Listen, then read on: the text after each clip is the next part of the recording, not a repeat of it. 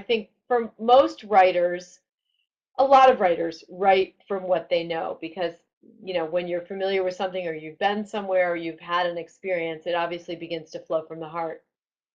So my first two books were nonfiction books. The very first book was about everything that my husband and I went through as a family when he was injured as a journalist in Iraq. And so it was the story of the injury and the recovery and sort of a family's general healing.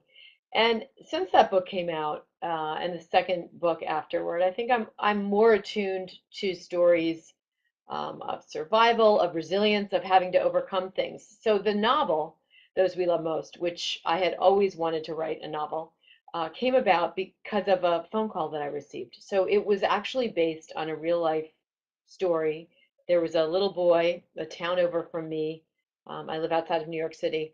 And a girlfriend of mine called, and her son and my son were both 17 at the time.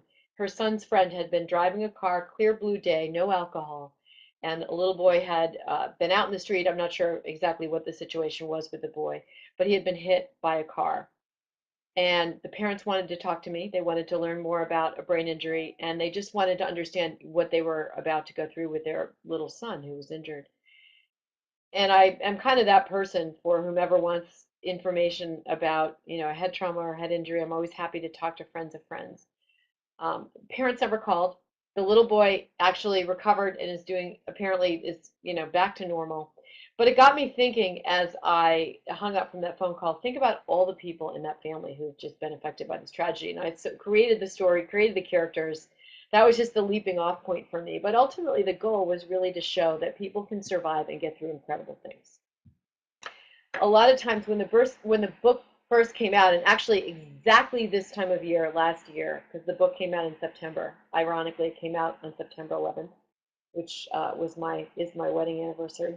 I was sort of thinking about my elevator pitch and my book pitch, and this country had been going through economic hardship since 2008, and so the word from my publisher, Hyperion, was kind of people want happy stories, things where everything's tied up in a bow. And I am one of those readers who does not want to read a happy story. I don't want to read about the girl who gets the corner office and wears the, Christian Louboutin and Manola Blanc shoes and gets the prince and all that stuff because I don't believe life works that way. Now, having said that, I am actually a glass half full kind of gal, and I think life is fantastic, but life is life.